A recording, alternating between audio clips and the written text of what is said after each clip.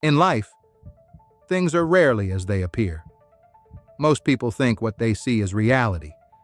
But what if I told you you're not seeing the world, you're seeing your interpretation of it? Every image, every person, every situation you think you understand is just light hitting your eyes, flipped upside down by your brain, then filtered through memory, emotion, and belief. Science says you only see about 0.0000035% of reality.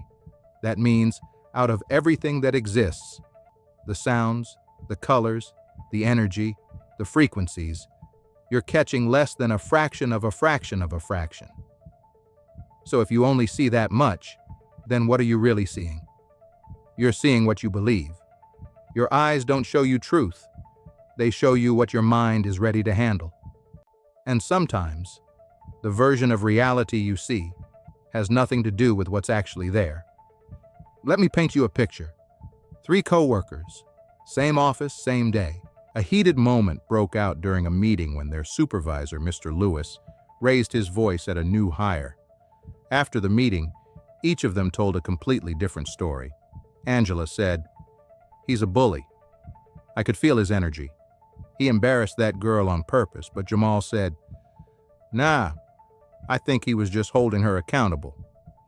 People too sensitive these days. Then there was Maria. She just shook her head and said, "He reminds me of my dad, always trying to make himself feel powerful." 3 witnesses, same room, same tone, same words, yet 3 different truths. And here's what's wild. None of them were lying.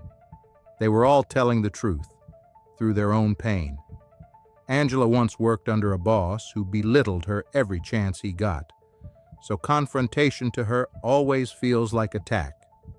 Jamal grew up in a home where nothing was addressed until it exploded, so directness feels like respect. Maria spent her whole life trying to please a father who only raised his voice when he was disappointed, so authority always feels personal. What they saw that day wasn't their supervisor. They saw their stories, playing themselves back. Because perception is a mirror, not a window. It doesn't show you the world. It shows you you.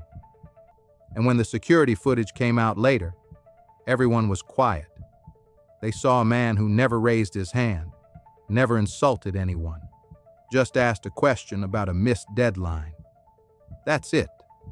But they couldn't see that before the surveillance footage was released, because their eyes weren't showing them the moment. Their minds were showing their own reality.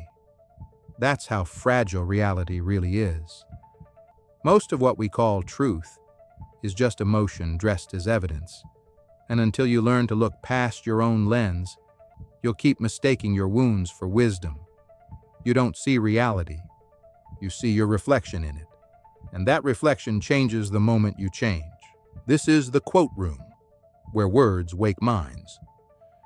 Some things don't need a reaction, just reflection. Just a few thoughts I had on my mind.